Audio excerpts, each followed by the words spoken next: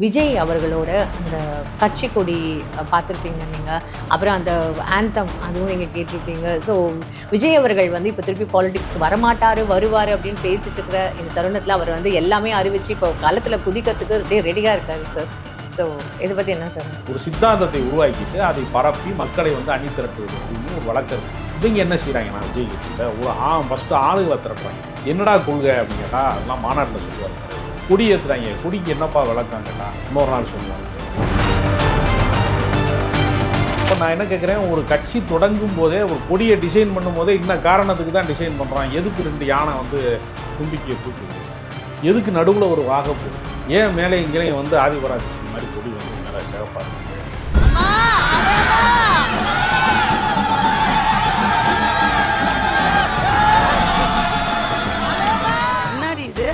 நடிகன் தெருவுக்கு வந்தால் ரோட்டுக்கு வந்தால் கூட்டம் வரும். இப்போ நயன்தாரா போய் சேலத்தில் நகை கடத்துக்கும் லட்சக்கணக்கான பேர் திறந்துட்டான். சொல்லலாம் நயன்தாரா இது நம்ம ஸ்க்ரீனில் பார்த்த மாதிரியே தான் நேரில் இருக்கா இன்னும் அந்த இதெல்லாம் செக் பண்ணுறக்கா பார்த்துருக்காங்க கூட்டம்.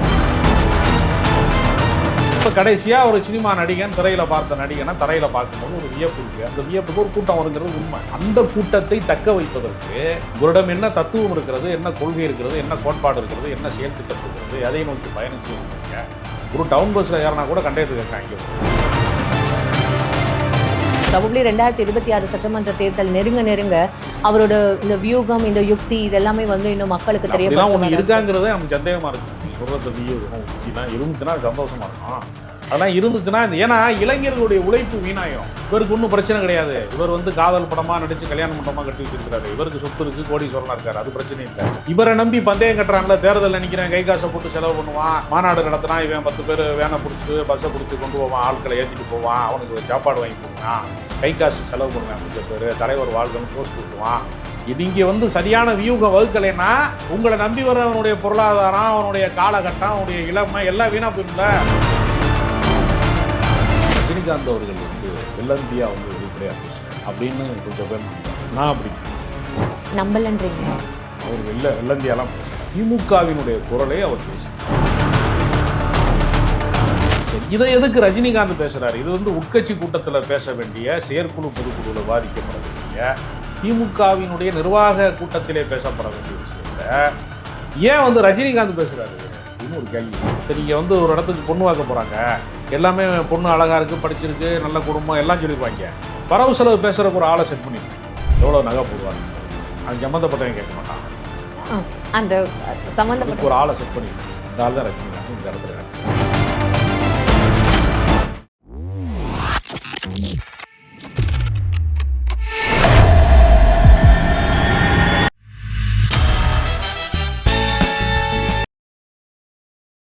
விஜய் அவர்களோட அந்த கட்சி கொடி பார்த்துருப்பீங்க நீங்கள். அப்புறம் அந்த ஆந்தம் அதுவும் நீங்கள் கேட்டிருப்பீங்க. ஸோ விஜய் அவர்கள் வந்து இப்போ திருப்பி பாலிடிக்ஸ்க்கு வரமாட்டார் வருவார் அப்படின்னு பேசிட்டு இருக்கிற இந்த தருணத்தில் அவர் வந்து எல்லாமே அறிவிச்சு இப்போ களத்தில் குதிக்கிறதுக்கு அப்படியே ரெடியாக இருக்காரு சார். ஸோ இதை பற்றி என்ன சார்? இல்லை, விஜய் அவர்கள் வந்து அரசியலுக்கு வருவது அப்படிங்கிறது ரசிகர்களுக்கு ஒரு கொண்டாட்டமான ஒரு விஷயம். ஏன்னா சினிமாவில் எல்லா பிரச்சனையும் தீர்க்கிறவர், திரையில் எல்லா பிரச்சனையும் தீர்த்து வச்சவர் தரையிலையும் தீர்த்து வச்சிருவாருன்னு ஒரு நம்பிக்கை இருக்குது ரசிகர்களுக்கு. அதனால் ஒரு அரசியலுக்கு வரணும் அப்படின்னு சொல்கிறாங்க. ஆனால் என்ன ஒரு வினோதமான விஷயம்னா, ஒரு சமூகத்திற்கு தேவையான ஒரு சிந்தனையை ஒருவர் வந்து உருவாக்கிட்டு அந்த சிந்தனையை வந்து வெகுஜன மக்கள்கிட்ட போய் பரப்பணும், அந்த கருத்துக்கு வலிமை சேர்க்கணும் அப்படின்னு தான் காலங்காலமாக மார்க்சியம், பெரியாரியம் எந்த கருத்தாக இருந்தாலும் சரி ஒரு சித்தாந்தத்தை உருவாக்கிட்டு அதை பரப்பி மக்களை வந்து அணி திரட்டுவது அப்படின்னு ஒரு வழக்கம் இருக்குது.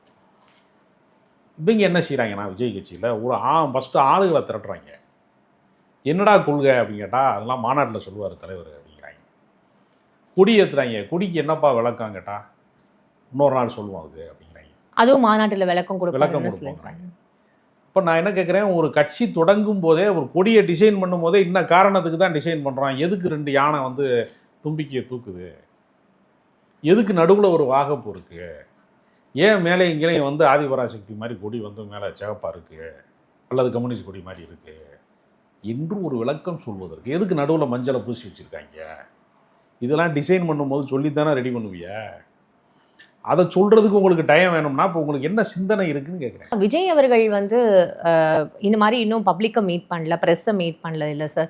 ஸோ ஒருவேளை அந்த மாதிரியான சான்சஸ் சாத்தியக்கூறுகள் நடக்கும் போது அவர் சொல்வார். ப்ரெஸ்ஸை மீட் பண்ணுறது அதெல்லாம் ஒரு விஷயமா அவங்களுக்கு? அவங்க ட்விட்டரில் வந்து எக்ஸ் தளத்தில் போட்டாலே அது எல்லா சேனலும் போடுறதுக்கு ரெடியாக இருக்காங்கல்ல, அவங்களுக்கு அது ஒரு விஷயமானு கேட்குறேன் நான். அப்போ உங்களுக்கு என்ன கருத்தியல் இருக்கிறது? தலைவன் மாறுவான், தர்பார் மாறும், தத்துவம் மட்டுமே அச்சய பாத்திரம். இதில் எத்தனை அரசாங்கங்கள் மாறிக்கொண்டே இருக்கிறது. என்ன கோட்பாட்டிற்காக இந்த அரசாங்கம்னு ஒரு கேள்வி இருக்குல்ல. ஒவ்வொரு கட்சிக்கும் ஒரு கோட்பாடு இருக்குல்ல.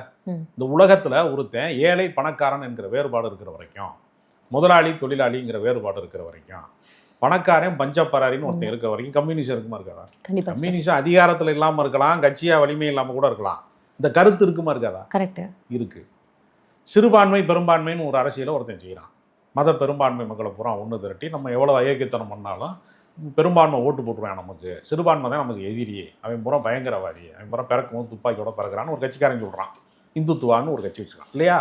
அவனுக்கு ஒரு கோட்பாடு இருக்குது. ஒவ்வொருத்தனுக்கும் ஒரு அரசியல் கோட்பாடு இருக்கா இல்லையா? இப்போ திராவிட இயக்கம் இருக்குது. அவன் என்ன பண்ணான்? அதிகாரமோ கல்வியோ எல்லாமே வந்து ஒரு சிலருக்கு மட்டும்தான் கிடைக்குது, பரவலாக்கப்படலை. சாமானிய மக்களாக இருக்கிறவன், ஒடுக்கப்பட்டவனாக இருக்கிறவன், பிற்படுத்தப்பட்டவனாக இருக்கிறவன், சிறுபான்மையாக இருக்கிறவன், பெண்களாக இருக்கிறவங்களுக்கு உரிய பிரதிநிதித்துவம் இல்லை. 100 மாம்பழம் இருக்குன்னா 100 பேருக்கு பிரித்து கொடுக்கணும். கூடையை வந்து 2-3 பேர் சேர்ந்து தூக்கிட்டு போயிடக்கூடாது. அதுதான் சமூக நீதி.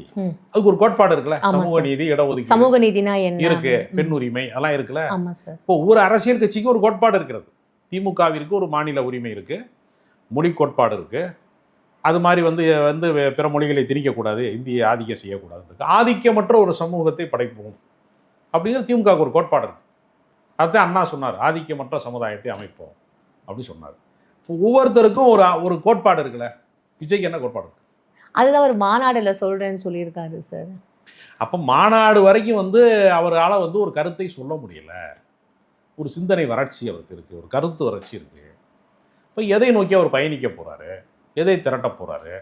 இப்போ அவர் நீட்டுக்கு எதிராக பேசினாரு, அந்த கருத்தை ஏற்கனவே திமுக கொண்டு இருக்கிறது. அப்போ ஒவ்வொரு கட்சிக்கும் ஒரு அத்தாரிட்டி. இப்ப பாஜக எதிர்ப்பு அப்படிங்கிற விஷயத்த திமுக செய்யுது, அதிமுகவும் கூட்டணி விட்டு வெளியே வந்துச்சு. ஓட்டு யாருக்கு போச்சு? பாஜக எதிர்ப்பு ஓட்டு டிஎம்கே தானே போச்சு. ஏன் கூட்டணியை விட்டு வெளியே வந்த எடப்பாடிக்கு போக மாட்டேங்குது? நம்பகத்தன்மை பெறணும்ல. அப்போ ஒரு கருத்தின் மீது நீங்கள் என்ன நம்பகத்தன்மையை உருவாக்குகிறீர்கள் அப்படிங்கிறது அரசியல். அப்போ ஒரு நடிகன் தெருவுக்கு வந்தா, ரோட்டுக்கு வந்தா கூட்டம் வரும், க்ரௌடு பயங்கரமா வரும், அது ஒரு வாக்கு வங்கியாக மாற்றலாம் அப்படிங்கிறது ஒரு நம்பிக்கை அவங்களுக்கு. நடிகனாக இருக்கிறவனுக்கு இப்போ நயன்தாரா போய் சேலத்தில் நகை கடை திறந்துச்சு, லட்சக்கணக்கான பேர் திறன்ட்டான் சொல்லாமல் கொள்ளாமல். நயன்தாரா இருக்குது, நான் ஸ்க்ரீனில் பார்த்த மாதிரியே தான் நேரில் இருக்கா அப்படின்னு அந்த இதெல்லாம் செக் பண்ணுறக்காக பார்த்துருக்கான். கூட்டமாக போய் நிறம் பார்க்க கூட்டின கூட்டம் இல்லையா? இப்போ நம்ம ஏற்கனவே நிறம் பார்த்து வந்து ஓட்டு போட்டு நமக்கு ஒரு பழக்கம் இருக்குது. எம்ஜிஆரை பார்த்து அவர் தங்க நேரத்தில் சொல்லிக்கிறாருன்னு நம்ம ஒரு ஓட்டு போட்டோம். ஜெயலலிதா வந்து அது ஒரு தங்க சிலை மாதிரி இருக்குதுன்னு சொல்லி கொஞ்ச நாள் நம்பினோம். ஒவ்வொரு காலகட்டத்திலையும் ஓட்டு போடுறதுக்கு ஒரு காரணம் வச்சுருந்தோம் நம்ம. இப்போ கடைசியாக ஒரு சினிமா நடிகன் திரையில் பார்த்த நடிகனை தரையில் பார்க்கும்போது ஒரு வியப்பு இருக்குது. அந்த வியப்புக்கு ஒரு கூட்டம் வருங்கிறது உண்மை. அந்த கூட்டத்தை தக்க வைப்பதற்கு உங்களிடம் என்ன தத்துவம் இருக்கிறது, என்ன கொள்கை இருக்கிறது, என்ன கோட்பாடு இருக்கிறது, என்ன செயல் திட்டம் இருக்கிறது, எதை நோக்கி பயணம் செய்ய போறீங்க? ஒரு டவுன் பஸ்ஸில் ஏறினா கூட கண்டக்டர் கேட்குறேன் எங்கே போகிறேன். அரசியல் பயணத்தில் எங்கே போக போறீங்கன்னு தெரில. டிக்கெட் எப்படி எடுக்கிறது? நான் எங்கே போகிறேன்? ஏதாவது ஒரு ஊருக்கு டிக்கெட் கொடுங்க, நான் கேட்க முடியுமா கண்டக்டர்கிட்ட? சார் இப்போ அவரோட டார்கெட் வந்து இப்போ இருக்கிற ஜென்ரேஷன் தானே சார். இப்போ வந்து 2K கிட்ஸ்ன்னு சொல்லுவாங்கல்ல, ஒருவேளை அவரோட டார்கெட் வந்து இப்போ இருக்கிற ஜென்ரேஷன் அவங்களுக்குலாம் வந்து இந்த அரசியல் இன்னும் சரியா அந்த புரிதல் ஏற்படல அப்படின்ற மாதிரி இருக்குல்ல சார். ஏன்னா முன்னாடி இருக்கிற ஜென்ரேஷன் வந்து எதை பார்த்து ஓட்டு போட்டுவாங்கன்னு நீங்கள் சொல்லிட்டீங்க. இப்போ இருக்கிற ஜென்ரேஷன் எதை பார்த்து ஓட்டு போடுவாங்கன்றதும் நம்ம பார்க்குறோம்ல. மேபி அது கூட அவரோட ஃபோக்கஸாக இருக்கணும்ல சார். ரசிகனுக்கு விவரம் இல்லாமல் இருக்கலாம், விவரம் தெரியாமல் இருக்கலாம், தலைவனுக்கு தெரியணும்ல. அவன் வந்து அரசியலற்றவனாகவே இருக்கானே வச்சுக்கோங்க. 2K கிட்ஸ் பூரா இருக்கான், அவர் நம்புறவன், புது சிக்கிட்டு இருக்கோம்னா விஜய் என்ன செஞ்சாலும் ஓகேன்னு சொல்கிறதுக்கு ரெடியாக இருக்கான். உங்களுக்கு தெரியணும்ல. இப்போ கண்ணு தெரியாதவன் ஒரு 4-5 பேர் வந்து பாட்டு பாடிக்கிட்டே போகிறாங்கன்னு வச்சுக்கோங்க. ஒருத்தனுக்கு கண்ணு தெரிஞ்சவன் முன்னாடி இருந்து அப்படி கூட்டிகிட்டு போகணும், மிச்சம் கண்ணு தெரியாதுன்னா. அப்போ தான் அவன் அந்த பாதையை கடக்க முடியும். எல்லாருக்குமே கண்ணு தெரியாதுன்னா என்ன ஆகும்னா, ஒருத்தன் குழியில் விழுந்தா வரிசையாக விழுந்துருவாங்க. அதைத்தான் நான் சொல்கிறேன். யாருக்காவது அரசியல் அறிவு வேணும்ல, எதையாவது ஒரு தத்துவம் வேணும், ஒரு கோட்பாடு வேணும், ஒரு திங்க் டேங்க் வேணும்ல, சிந்தனையை வட்டம் வேணும்ல, ஒரு புதிய கருத்தை நீங்கள் உருவாக்கணும்ல. மற்ற கட்சிகள் சொல்லாததை, மற்ற கட்சிகள் பேசாததை, வந்து மக்களினுடைய அடிப்படை பிரச்சனைகளை ஏதோ ஒன்று நீங்கள் வந்து சொல்லணும்ல. திடீர்னு ஒரு அரவிந்த் கெஜ்ரிவால் வர்றாரு அப்படின்னா அவர் ஒரு வியூகம் வகுக்கிறார்ல. புதிதாக ஒரு அரசியல் கட்சி உருவாவதற்கு உங்களுக்கு ஒரு தத்துவம் இருக்கணும்ல. ஏற்கனவே சொல்லப்பட்ட தத்துவம் அல்லாம யாரும் சொல்லாத இன்னொரு புதிய கருத்து இருக்கணும். சினிமா ஸ்கிரிப்டுக்கே அப்படி தானே நீங்க செலக்ட் பண்ணுவீங்க. யாரும் மற்றவே நடிக்காத கேரக்டர் நடிச்சாதான் உங்களுக்கு ஓடுது. அப்போ நீங்க அரசியல்ல என்ன எதை நோக்கி பயணிக்க போறீங்க என்பதற்கான ஒரு திட்டமிடல்ல அவர்கிட்ட ஒரு பெரிய தேக்க நிலை இருக்கு. அதை சரி செஞ்சா தான் அவர் வந்து நிற்க முடியும். இந்த கிரேஸுங்கிறது கொஞ்ச நாள் இருக்கும். இந்த கூட்டம் வந்து கொஞ்ச நாள் இருக்கும்.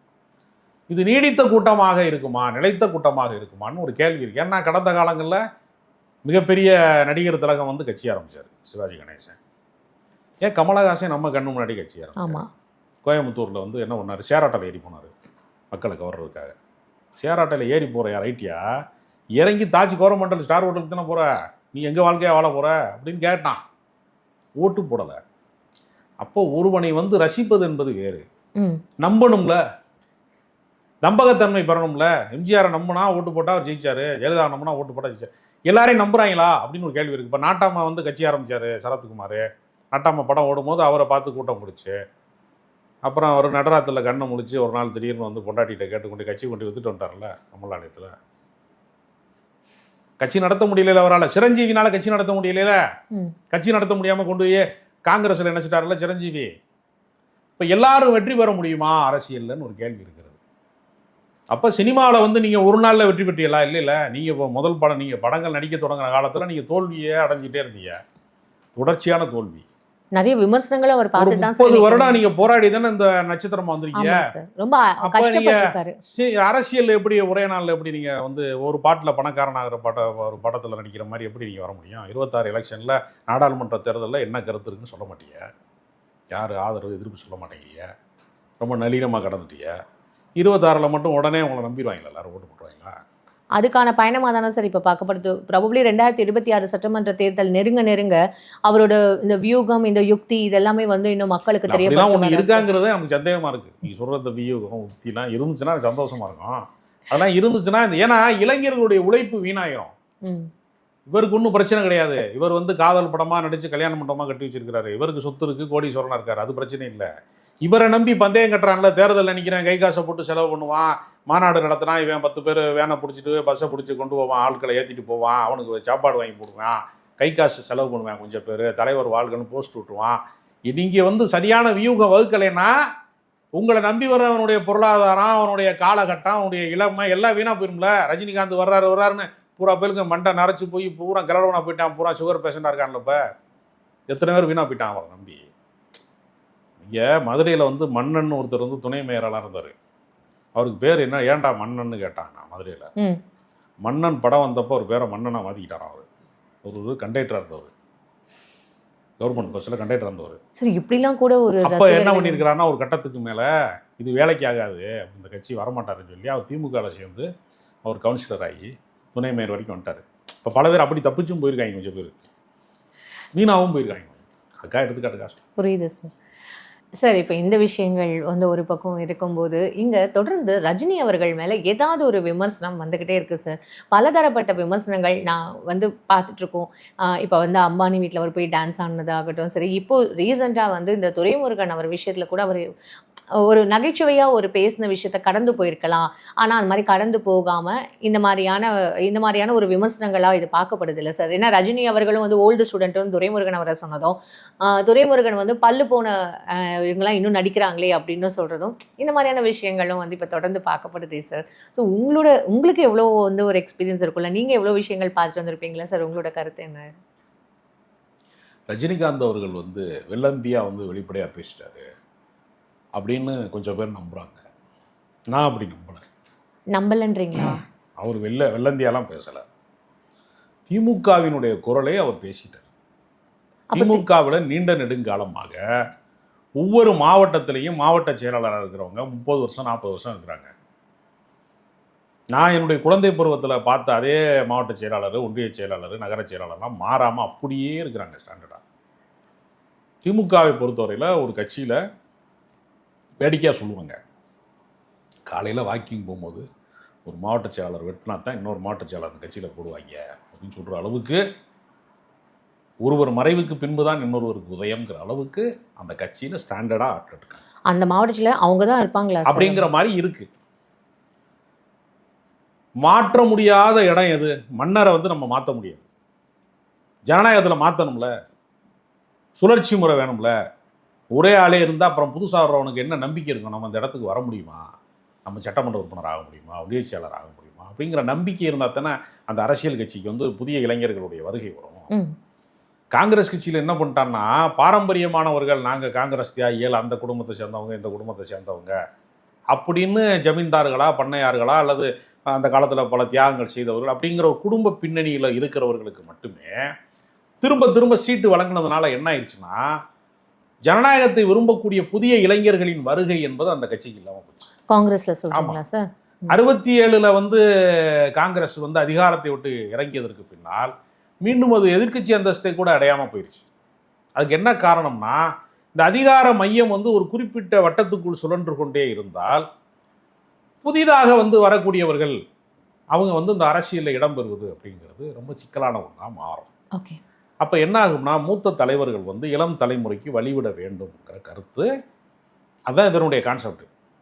சரி, இதை எதுக்கு ரஜினிகாந்த் பேசுகிறார்? இது வந்து உட்கட்சி கூட்டத்தில் பேச வேண்டிய, செயற்குழு பொதுக்குழுவில் விவாதிக்கப்பட வேண்டிய, திமுகவினுடைய நிர்வாக கூட்டத்திலே பேசப்பட வேண்டிய விஷயத்த ஏன் வந்து ரஜினிகாந்த் பேசுகிறாரு அப்படின்னு ஒரு கேள்வி இருக்கு. ஆமாம் சார். இப்போ நீங்கள் வந்து ஒரு இடத்துக்கு பொண்ணு வாக்க போகிறாங்க, எல்லாமே பொண்ணு அழகாக இருக்குது, படிச்சிருக்கு, நல்ல குடும்பம் எல்லாம் சொல்லிடுவாங்க. வரவு செலவு பேசுகிறக்கு ஒரு ஆளை செட் பண்ணியிருப்பாங்க, எவ்வளோ நகை போடுவாங்கங்கிறது. அது சம்மந்தப்பட்டவங்க கேட்க மாட்டாங்க. ஓகே. அந்த சம்மந்தப்பட்ட ஒரு ஆளை செட் பண்ணியிருப்பாங்க. அந்த ஆள் தான் ரஜினிகாந்த் இந்த இடத்துல எனக்கு தோணுது. அப்போ இவங்களே செட் பண்ணி வச்சுருப்பாங்க. ஆமாம், ஏறத்தாழ இந்த திமுகவினுடைய இந்த விஷயத்தை பேசு பொருளாக மாற்ற வேண்டும் என்பதற்காக திமுகவினுடைய அந்த நீண்ட உள்ளுக்குள்ளே இருக்கக்கூடிய அந்த குமுறலை அல்லது கோரிக்கையை ரஜினிகாந்த் பேசியிருக்கிறார் என்றுதான் நான் பார்க்கிறேன். சார், இப்போ ரஜினி அவர்கள் பேசுனது ஓகே சார். அவர் பேசுனது இப்போ இந்த திமுக கட்சிக்குள்ள இவங்க பேச்சு பொருளா மாறணும்னு நினைச்சது ஃபைன். இது தாக்கத்தை கிரியேட் பண்ணுமா சார்? அதில் என்ன சந்தேகம்? தாக்கத்தை கிரியேட் பண்ணதுனால தானே நம்ம உரையாடிட்டு இருக்கோம், நம்ம பேசிட்டு இருக்கோம் சார். ஆனால் உள்ள அந்த மாதிரியான மாற்றங்கள் ஏற்படுமா? நிச்சயமாக மாற்றம் ஏற்படும். அதற்கான ஒரு ஏற்பாடு தான். அதாவது நீண்ட காலமாகவே இளைஞர்களுக்கு, புதியவர்களுக்கு அந்த கட்சியில் பெரிய வாய்ப்புகள் வழங்கப்படுது. இப்போ ஜெயலலிதா வந்து என்ன செஞ்சாங்கன்னா, அவங்க வாழுங்காலத்தில் ஏடிஎம்கேல ரொம்ப சாமானியர்களுக்கு கட்சியில் பொறுப்பு வழங்குவாங்க. இந்த கட்சியில் நீங்கள் பார்த்தீங்கன்னா, எனக்கே ஒரு சொந்த அனுபவம் இருக்குது. மானாமதுரையில் ஒரு ஸ்டேட் பேங்க் ஆஃப் இந்தியா ஒன்று இருக்குது, ஒரு ஸ்டேட் பேங்க் இருக்குது. அதுக்கு எதுக்கு ஒரு பிரபலமான ஒரு டீ கடை, பிரபலம்னா ஒரு சின்ன டீ கடை. அந்த டீ கடையில் போய் ஒரு ரெகுலராக நான் டீ சாப்பிட்டேன். போகும்போது அங்கே ஒருத்தர் வேகமாக டீ ஆற்றிட்டே இருப்பார். எங்கேயா அவர் ஆளை காணா டீ மாஸ்டர்னு கேட்டேன். தெரியாத அவங்களுக்கு அப்படின்ட்டாங்க. என்னாச்சுன்னு கேட்டேன். அவர் ஏடிஎம்கேல ஒன்றிய செயலர் ஆகிட்டார்னா டீ மாஸ்டர் சார். ஆமாம், நான் பேசிகிட்டு இருக்கும்போதே ஒரு டாடா சும்மா வண்டியில் வெள்ளையும் சொல்லியுமா அவர் இறங்குறாப்புல. அவர் பேர் சந்திரன். இதான் வந்துட்டார் சந்திரன் அப்படிங்கிறாங்க. ஐயா வாங்க ஒன்றிய வணக்கம் அப்படிங்கிறாரு. அடுத்து ஒரு 6 மாதம் கழிச்சு அதே கடைக்கு போகிறேன். மறுபடியும் சந்திரன் டீ ஆற்றிட்டு இருக்கா. என்னன்னு கேட்டேன். ஒன்றிய செயலரை தூக்கிட்டாங்க. ஒரு டீ மாஸ்டராக இருக்கிற ஒரு லோக்கலில் ஒன்றிய செயலாளராக ஆக முடியுங்கிற ஒரு இடத்தை வந்து அதிமுக வைத்திருந்துச்சுல, இது திமுகவுக்கு சாத்தியமான ஒரு கேள்வி. இந்த சுழற்சியை அவங்க செய்யாமல் விட்டாங்க அப்படிங்கிறது ஒரு குற்றச்சாட்டு. இந்த கட்சியில் ஒருத்தன் சேர்றதுக்கு யோசிக்கிறான் திமுக. ஏன்னா ஆமாம், என்னத்தை உழைச்சாலும் அவர் தான் இருப்பார் கடைசி வரைக்கும், நம்ம தொண்டராக தான் இருக்கணும். அப்புறம் லேசாக வந்து ஒரு அந்த ஊரில் மாவட்ட குழு உறுப்பினர் ஏதாவது ஒன்று வர்றதுக்கே வயசாயிரும், 20 வருஷம் ஆயிரும் அப்படிங்கிற மாதிரி நிலைமை இருக்குது. அதனால் ஒரு சுழற்சி முறை வேண்டும், புதியவர்களுக்கு வாய்ப்பு. இப்போ எல்லா ஊர்லேயும் பேச்சு போட்டி நடத்துகிறாங்க கலைஞர் நூற்றாண்டுக்கு. அப்படி கல்லூரி மாணவர்கள் பல பேர் பேசினாங்க. அதில் ஒரு ஆகச்சிறந்த சிந்தனை உள்ள ஒருத்தன், பேச்சாற்றல் உள்ள ஒருத்தனை கொண்டு வந்து திமுகவின் செய்தி தொடர்பாளராக மாற்றணும் அப்படின்னு உதயநிதி ஆசைப்படுறாரு. அப்படி ஒரு புதிய சக்தி உருவாக்கணும்.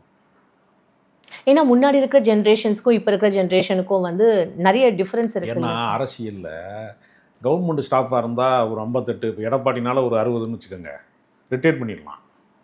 நீ அரசியலில் நீ ரிட்டையர்ட் ஆக நீ யாரையா சொல்ல முடியுமா?